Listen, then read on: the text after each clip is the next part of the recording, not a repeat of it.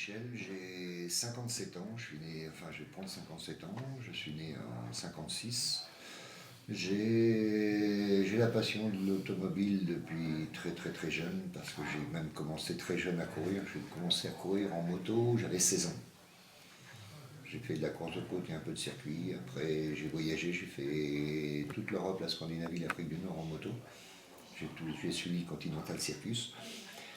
Ça, c'est une première chose. Après, j'ai travaillé dans la région et j'ai rencontré un ami qui s'appelait Philippe Després, qui aimait le sport automobile, mais qui ne connaissait pas trop de choses dans l'automobile. Et moi, j'étais passionné depuis très longtemps. Donc, je l'ai navigué sur une Porsche Groupe 4, une Alpha GTV6 Groupe N. Et après, j'ai donc acheté ma propre auto, une Super 5 GT Turbo en 85, et j'ai fait la Coupe Promosport avec Serge Jardin. On a fait la première saison, j'ai fait une très belle saison, je fais 13 rallyes, je fais 12 victoires de groupe. La deuxième saison, un peu moins, j'ai dû faire 3 ou 4 berceaux et 2 caisses. L'usure, bon mais ça fait comme ça fait partie du jeu. On a fait la Coupe Renault-Sport, j'étais à l'époque avec Michel Aranda. On a fait la Coupe Renault-Sport et j'ai fini troisième à la Coupe Renault-Sport à l'époque. Après la GT, j'ai démarré mon entreprise parce que tous les copains qui roulaient et qui avaient des grosses autos, moi j'étais ouvrier d'usine à l'époque, avaient des entreprises et ils avaient un petit peu plus de budget que moi pour pouvoir courir. Donc moi j'ai dit je vais faire comme eux, je vais me mettre à mon compte et puis j'ai arrêté 2 ans. J'ai pu démarrer une entreprise de garage et de transport de voitures. Et au bout de 2 ans, ça allait pas trop mal, donc c'est là que j'ai fait l'acquisition d'une Lancia intégrale. Et j'ai roulé, j'en ai eu deux en 11 ans de temps. J'ai dû faire 11 ans avec la Lancia intégrale et dont j'ai eu 56 victoires de groupe avec. Dont le Scratch de Dieppe et j'ai eu participation au Monte-Carlo. Après, j'ai ouvert un karting sur la Nationale 13 à Marolles, qu'on a exploité avec ma compagne pendant 5 ans. Et j'en avais marre de bosser toute la semaine plus le week-end et je l'ai mis en vente et heureusement je l'ai bien vendu. Là-dessus, quand je me suis retrouvé les week-ends libres, et puis j'ai avoir toujours la piqûre de la drogue du sport mécanique, je me suis mis à la recherche d'une voiture. J'étais à la base plus branché sur une Toyota Celica, une GT4, une GT Four. Et j'ai cherché à droite à gauche, c'était pas trop facile à trouver. Et puis je suis tombé sur une Mitsubishi Evo 9 pas, qui n'a pas été la meilleure acquisition parce que c'est une auto qui vient de chez Colso, mais qui a été bricolée. Il y a eu quelques intermédiaires entre deux et je me suis fait un petit peu avoir. Donc j'étais obligé de tout refaire en 2 ans de temps, de remettre tout à neuf de A à Z. Et c'est pour ça que ça m'intéresse. J'ai eu quelques aléas en course avec des casses et des abandons suite à des problèmes mécaniques parce qu'il y avait pas mal de petits défauts sur cette voiture. Là, je commence à presque être au bout de tous mes ennuis et je devrais démarrer la saison avec du matériel beaucoup plus simple il y a 2 ans. Que retenez-vous de votre GT?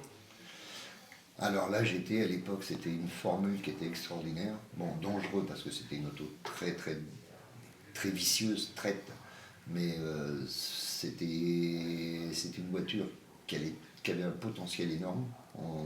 On s'est bagarré énormément avec Serge Jardin à l'époque et on a fait des places, des premières, deuxièmes places au scratch devant des 5 turbos de 300 chevaux et c'était. On s'est super éclaté avec cette auto-là et à moindre coût quoi, par rapport à l'heure d'aujourd'hui. Les budgets sont devenus. Et à l'époque, c'était beaucoup moins cher. Une GT, ça coûtait pas très cher à faire rouler. On pouvait s'amuser avec des moyens raisonnables. Quoi. Alors d'aujourd'hui, c'est multiplié par 10, 15, 20. Quoi. Que retenez-vous de votre Lancia? Alors là, Lancia, c'est une auto, je sais que j'ai eu beaucoup de joie. C'était une des premières 4 motrices dans la région à l'époque. C'était une Groupe N qui était, pareil, c'était pas très très fiable au début. J'ai fait confiance à un motoriste de Paris, j'ai pris le moteur dans la tête 50 km plus loin. Donc après, avec Jean-François, mon mécano, Jean-François Luce, qui est garagiste à Iberville, qui était à mon atelier, qui a travaillé 12 ans chez moi, avant qu'il se mette à son compte. On a travaillé sur cette auto et on a fait nos moteurs nous-mêmes, nos boîtes, nos embrayages, et après on a rendu la Lancia fiable, et c'est pour ça qu'on a fait en 11 ans de temps 56 victoires avec. Si vous deviez faire un bilan avec votre Mitsu de ces 2 saisons, Faut essuyer les plâtres, faut apprendre. Les coups et la puissance de ces autos-là et le couple que ça a, c'est tellement puissant et efficace parce que c'est une auto qui est extraordinaire, ça manque un petit peu de fiabilité. La Michu, on va arriver à la mettre bien au point.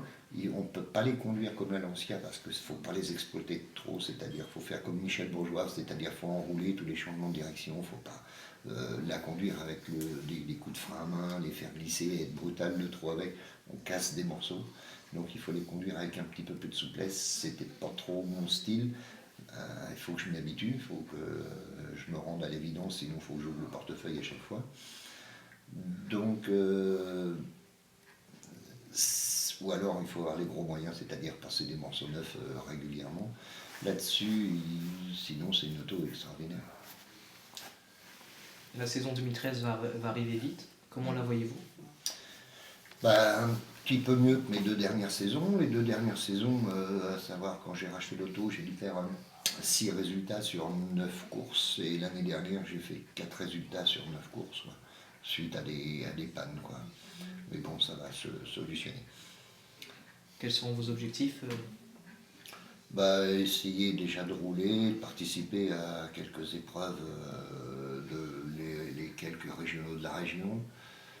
Parce que, bon, déjà, faire des nationaux, c'est vrai qu'il y en a beaucoup qui me disent ouais, je suis plus fait pour faire du national, mais les nationales, comme là, des rallyes comme La Rochelle, il faut un coût de fonctionnement énorme. Le temps, moi j'ai une entreprise à amener, je finis le vendredi soir. Si j'ai que le week-end pour aller en cours, je ne peux pas m'amener le vendredi soir un rallye à 300-400 km et faire les recos, et il faut être au minimum 3-4 jours sur place. Un rallye comme La Rochelle, qui font 500 et quelques kilomètres, il y a 160 km de chrono, il faut 3 jours de reconnaissance.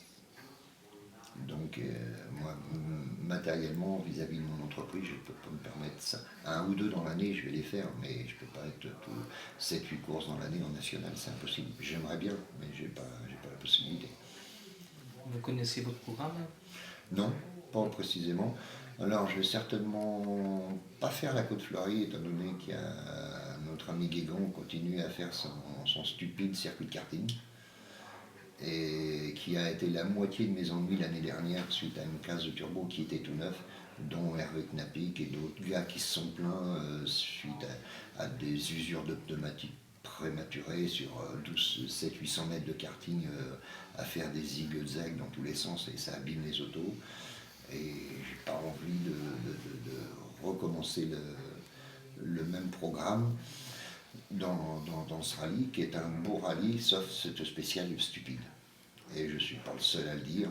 Si les gars sont honnêtes, il y en a beaucoup qui devraient dire pareil que moi. Si vous deviez retenir vos plus beaux souvenirs de course depuis vos débuts?